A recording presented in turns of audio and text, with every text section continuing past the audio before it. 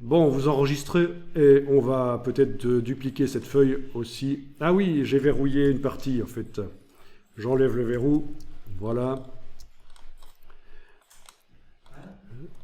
Ah oui, j'avais verrouillé l'objet ici hein, pour pouvoir travailler avec la flèche blanche facilement.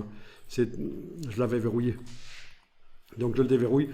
On duplique ça et on va mettre un contour blanc parce que pour l'instant on voit pas ce que c'est, ça ressemble à rien.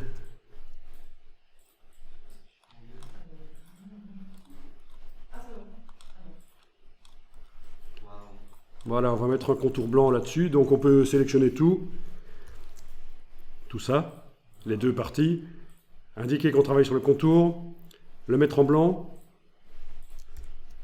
aller dans la palette contour, menu fenêtre, contour, lui mettre de l'épaisseur et dire que le contour est à l'extérieur éventuellement. À l'extérieur, voilà, extérieur. Donc c'est dans les options, parfois il faut afficher les options de la palette contour, parce que la palette contour arrive parfois comme ça. Donc menu de la palette contour, afficher les options. Ici, contour à l'extérieur. Voilà. Par contre, la forme de la feuille pliée doit être au-dessus du démarrage de la feuille, dans mon cas. Et voilà, ça ressemble à ça.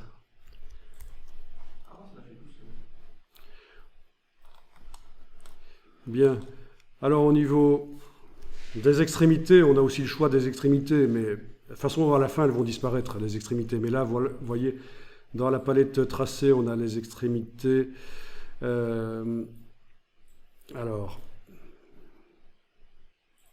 ok, il ne le fait pas ici.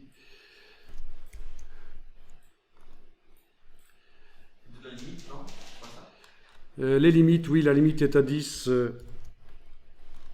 Vous voyez un peu ça. Il va peut-être falloir que j'augmente la limite.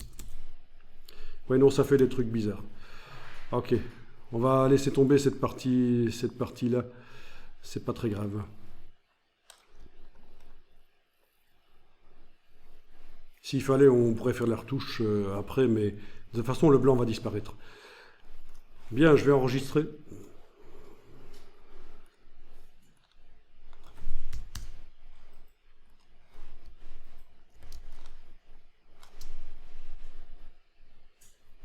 Alors ce qu'on va faire, c'est sélectionner ces deux choses-là. On va peut-être les grouper ensemble.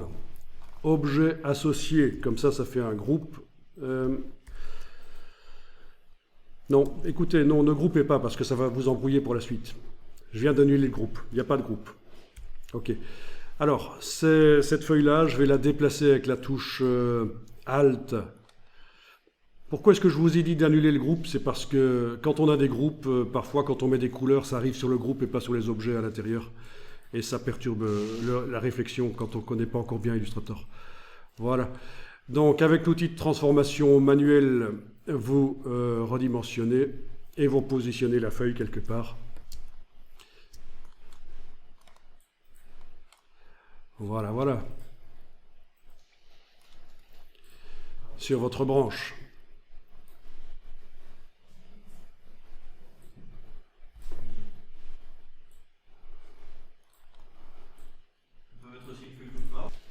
Oui, vous pourriez mettre une feuille toute noire aussi. Une des feuilles là, oui, c'est vrai qu'on pourrait déplacer celle-là avec transformation manuelle, la tourner, la redimensionner, la positionner. Mais ceci dit, oui, pourquoi pas, oui. Ça donne l'impression qu'à ce moment-là, s'il n'y a pas de contour blanc, ça donnera l'impression qu'elle est derrière la tige, plutôt que devant. Là, c'est clair. La tige est à l'avant. Je veux dire, la tige de la feuille est à l'avant du bâton. Là, c'est plutôt, ça donne l'impression qu'il est à l'arrière. Alors, quand vous mettez les feuilles, il faut surtout faire attention. Il ne faut pas que ça déborde au-delà des limites ici, verticales, de chaque côté, en fait. Hein. Sinon, ça va perturber complètement le raccord de la broche diffuse. Ok.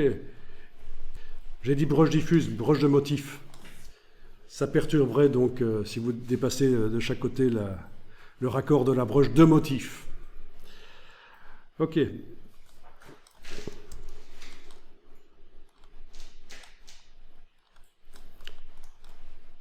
Voilà. Alors, il reste quelque chose à faire, boucher les rectangles. Ben, regardez, je vais le faire rapidement. Avec l'outil rectangle, je vais aller tracer un rectangle qui passe à travers toutes les lignes. Je le mets en couleur blanche. Voilà, couleur blanche, ce rectangle. Et je vais le faire passer derrière l'objet de la tige. Bien sûr. Alors, calque.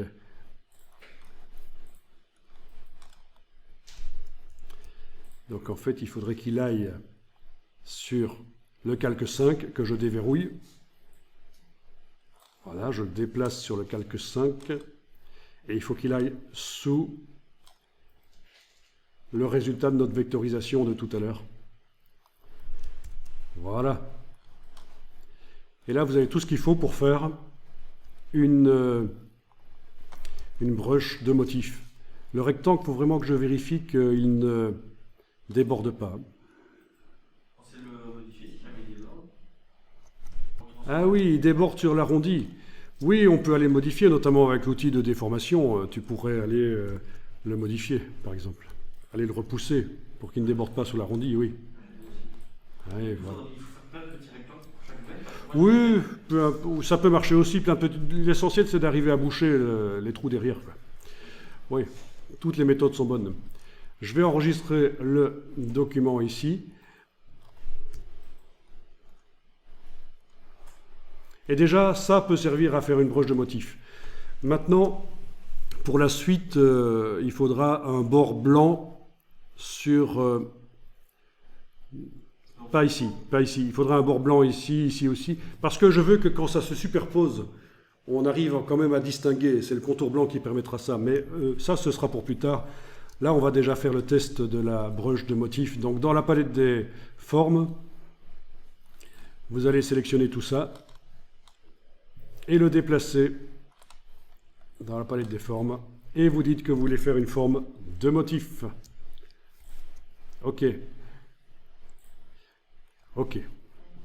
Ne cliquez pas sur la forme que vous venez de faire sans avoir désactivé ce qui a servi à la faire. Sinon, voilà ce qui arrive. Ça peut être sympa. C'est la broche de motif qui est appliquée sur ce qui a servi à faire la broche de motif. Donc j'annule.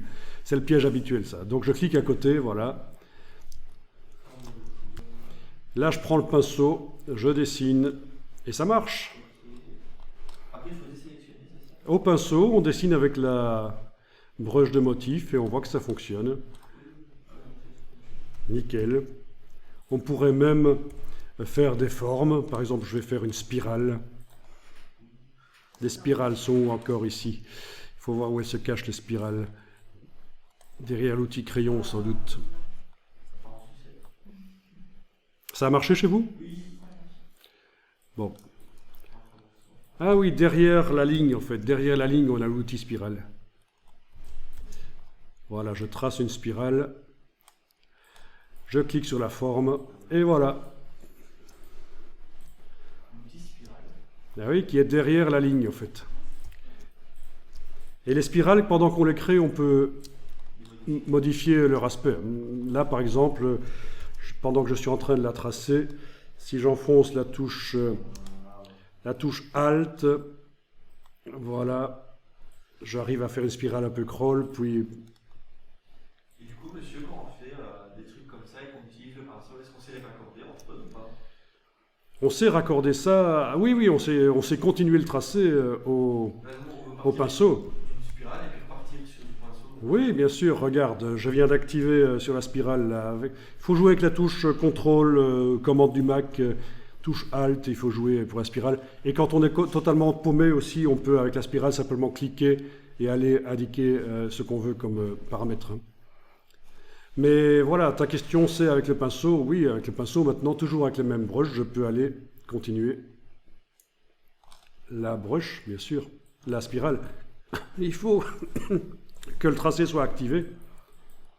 C'est pour ça que là j'enfonce la touche commande du Mac, contrôle du PC pour venir activer le tracé, pour pouvoir dire que je le continue quand même. Voilà. Tout à fait. Bon, ça ouvre des perspectives au niveau graphisme, ça, hein, au niveau...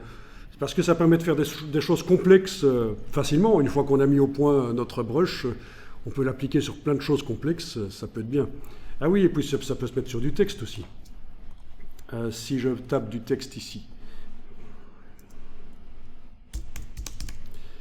Voilà, avec l'outil de transformation manuelle, je vais l'agrandir. Ah, il y a quelque chose qu'on n'a pas fait encore avec notre brush, c'est décider de sa bonne dimension. De sa bonne dimension dans la palette des formes. Elle est trop grande dans la palette des formes. Je vous en ai parlé tout au début, tout à l'heure. Et là, on a un peu loupé l'histoire. Mais je vous montre juste ici le texte. Voilà. Alors, bien. Il est en train de construire le menu des polices. C'est pas ce que je voulais. On a l'impression que ça plante, mais je pense pas. Ok, menu fenêtre. Fenêtre texte caractère.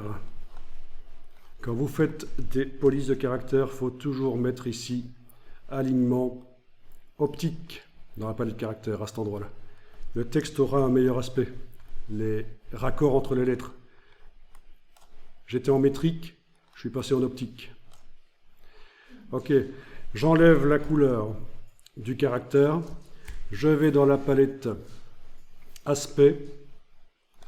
Dans la palette aspect, j'ajoute un nouveau contour. Ce nouveau contour va utiliser la brush. Et voilà ce que ça donne. Et les caractères sont trop petits par rapport à la brush. Donc dans ce cas-ci, je vais aller diminuer l'épaisseur de la brush par la palette contour ici. Je vais mettre 0,1. Voyons ce que ça donne. Voilà. 0,2. Voilà, bon, c'est le genre de choses qu'on peut faire dans Illustrator, c'est assez génial. Des brushes sur des caractères. Ça foire pour le A, on dirait. Il faudra aller retravailler ça. Pourquoi ça foire sur le A? Bonne question. Ça bug chez moi avec les feuilles qui rentrent en contact. Oui, il y a un truc bizarre là, mais ce sera à vérifier. Parce que c'est trop petit. Enfin, ça fait trop gros du coup et ça se... Oui. Ah, 0,25, ça marche. Bon. Oui, il y a des choses qu'il faudra aller voir. Je pense que il faut retravailler ça, essayer sur du texte plus grand ou avec une brush plus petite. Mais le principe, vous le voyez, ça ouvre des perspectives au niveau créatif assez dingue.